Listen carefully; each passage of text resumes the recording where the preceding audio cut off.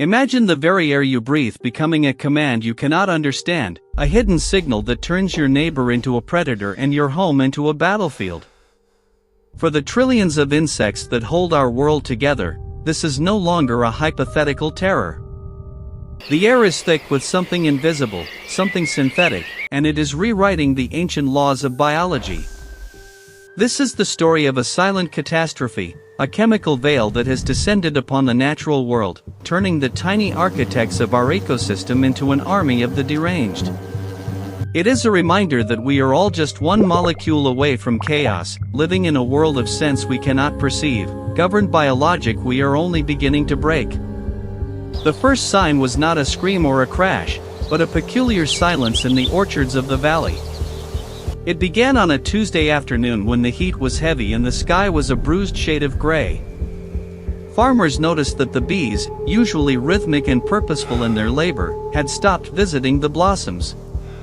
They were not dead, at least not yet. Instead, they were clustered on the ground in vibrating, frantic heaps. They were tearing at each other, workers attacking workers, guards stinging the very queens they were born to protect. It was as if the biological compass that guided their every movement had been shattered, replaced by a frantic, murderous static. The air had become a conductor for a different kind of energy, one that the natural world was never meant to process. Within hours, the phenomenon spread to the soil.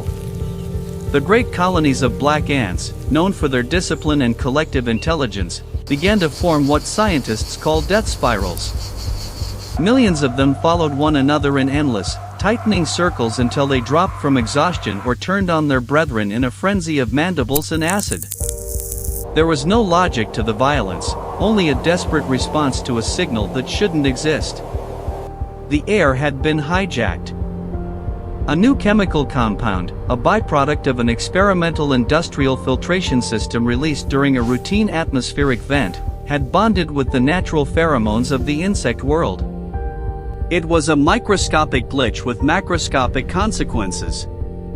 To an insect, scent is not just a smell, it is a language, a map, and a law. A single pheromone molecule can signal the location of food, the presence of a predator, or the need for a colony to migrate. But the chemical mist, which locals began to call the bitter lace because of its faint scent of scorched almonds, had paralyzed these signals. It didn't just block them, it inverted them. The friend's signal now read as enemy. The food signal now read as threat. The home signal was erased entirely, leaving billions of creatures wandering in a state of permanent, aggressive confusion. The tapestry of life was being unspooled, one chemical bond at a time.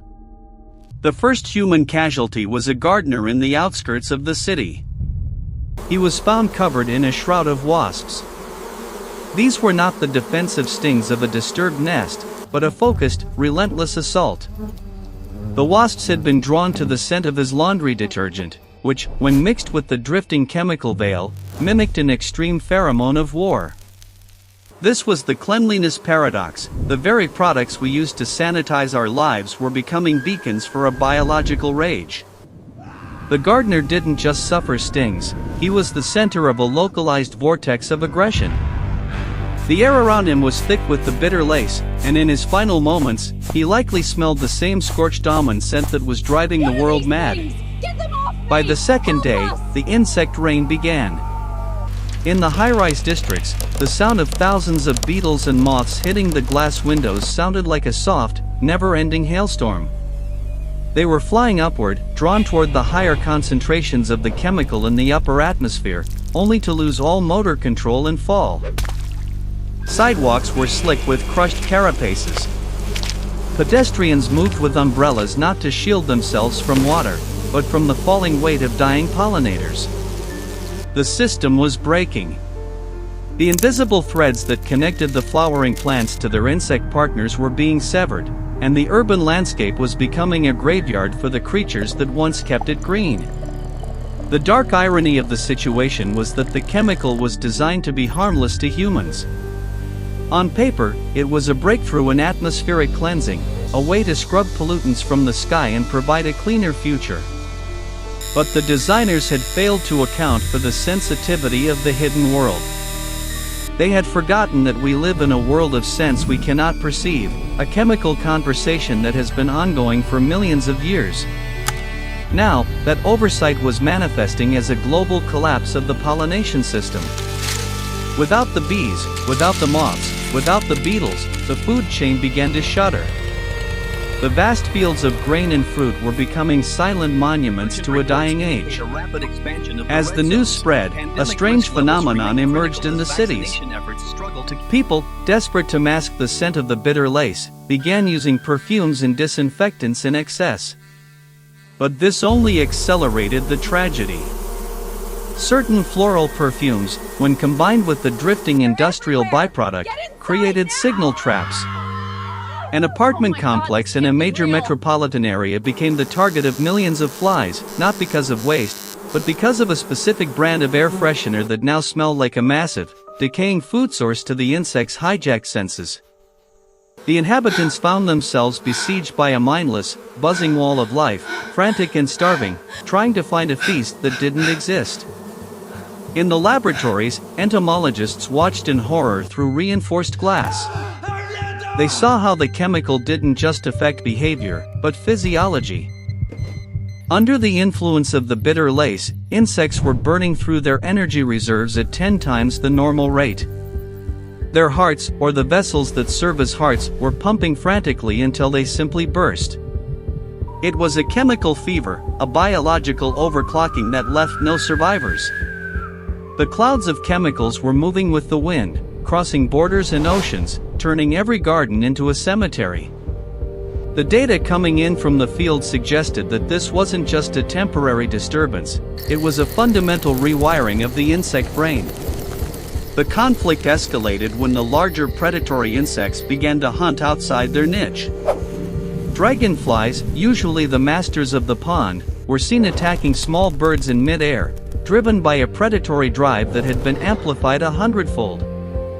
Mantises were seen stalking through suburban playgrounds, their natural caution replaced by a mindless aggression. The world felt hostile, not because of a grand invading force, but because the smallest elements of nature had been turned into malfunctioning machines.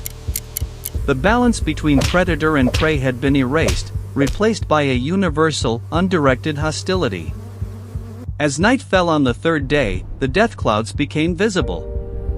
In the moonlight, the chemical haze looked like a shimmering, oily fog rolling over the hills. Where the fog touched the trees, the sound of the woods changed. The usual nocturnal chorus of crickets and cicadas was replaced by a harsh, discordant buzzing, the sound of millions of wings beating in total disorientation. People retreated into their homes, sealing their windows with tape, terrified of the microscopic triggers drifting through the vents. The fear was no longer about a specific threat, but about the environment itself. The very act of breathing felt like a gamble. The psychological toll on the survivors was immense. The fear was not just of being bitten or stung, but of the realization that we are entirely dependent on a system we do not control and barely understand. The air, once a source of life, had become a medium for madness. Every breath brought the faint scent of scorched almonds, a reminder that the world was being rewritten without our consent. The collapse was not a bang, but a rustle, the sound of billions of tiny legs scratching against the walls, trying to find a home that no longer smelled like home. The walls between humanity and the wild had become porous and dangerous. Reports began to surface of ghost swarms. These were massive clouds of insects that moved with the wind, no longer seeking food or reproduction, but simply following the strongest concentration of the chemical. They were described as dark, shifting veils that could blot out the sun for minutes at a time. When a ghost swarm passed over a town, the inhabitants would find every surface covered in a layer of dead and dying creatures, a biological soot that choked engines and covered the roads. It was the physical manifestation of an ecosystem in its death throes, a dark shadow of the abundance that once was. The conflict was not just between humans and insects, but between the chemical industry and the natural order. Arguments broke out in the halls of power, with officials desperately trying to find a neutralizing agent. But how do you neutralize the air itself? Every attempt to spray a counter-chemical only seemed to add to the complexity of the pheromone soup, creating new and even more erratic behaviors. The insects were the canaries in the coal mine, and the mine was the entire planet.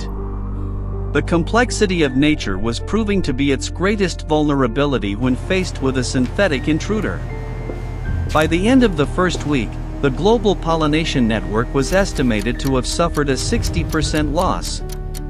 The economic impact was staggering, but the existential impact was worse. The silent spring that had been warned about decades ago had arrived, but it wasn't silent. It was loud, violent, and smelling of artificial almonds. It was a war of signals, a chemical coup d'etat that had unseated the queens and scattered the workers. In the absence of pollinators, the colors of the world began to feel borrowed, as if they were fading before our very eyes. The food chain collapse began in the supermarket aisles. Within days, the supply of fresh produce dwindled. Items that were once taken for granted, apples, almonds, berries, became symbols of a lost era. The prices spiked as nations scrambled to secure what little remained. There were reports of soldiers being deployed to orchards, not to fight an enemy army, but to attempt hand pollination with tiny brushes. It was a scene of profound desperation, humanity trying to do with technology what the bees had done for free since the dawn of time. The futility of the effort only highlighted the scale of the disaster. Even as the chemical eventually began to dissipate, the damage was etched into the landscape. The surviving insects were few and far between, their colonies shattered and their instincts scarred. The world felt thinner, more fragile. The relationship between the flower and the bee, a partnership that had lasted for millions of years, had been broken in a matter of days. The survivors looked at the sky with a new kind of suspicion.